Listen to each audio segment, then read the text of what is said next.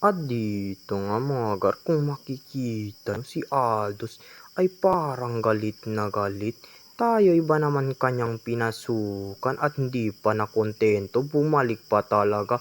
So ayun, tinulungan na lang natin siyang makauwi sa kanyang tore. Tapos tayo'y ba naman kanyang tinarget lang, gusto pa atang bumawi. Akala niya ata ay siyang pagbibigyan. Hindi niya inaasahan tayo'y papasok sa tore para siya lang ay ating mapas lang. At wari nyo'y makikita dito sa mapa mga gar, yung mage nila hinahabol yung core natin.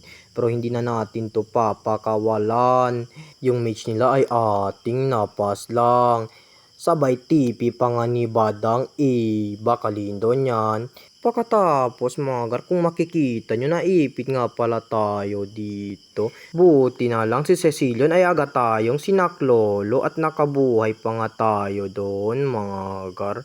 At kung makikita nyo dito yung tank at MM nila. Ang di ko inaasahan ay babalik pa lang yung MM nila. So ayun ay ati siyang pinagbigyan. Yung MM nila ay ating napas lang. Masyado pala akong nakampante dito mga gar. So ayun, tayo ay kanilang napas lang.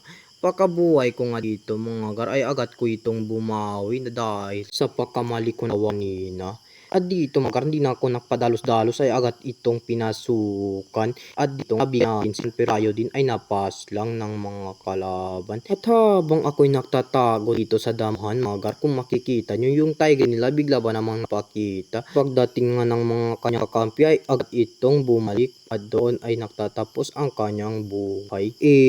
Bakalindo niyan. At pinatay ko na nga pala dito yung MM namin na kalaban dahil ito naman ang pinakamasakit sa mga kalaban mga gar. At napakitang gilas na nga yung Tigreal dito mga gar, nakset.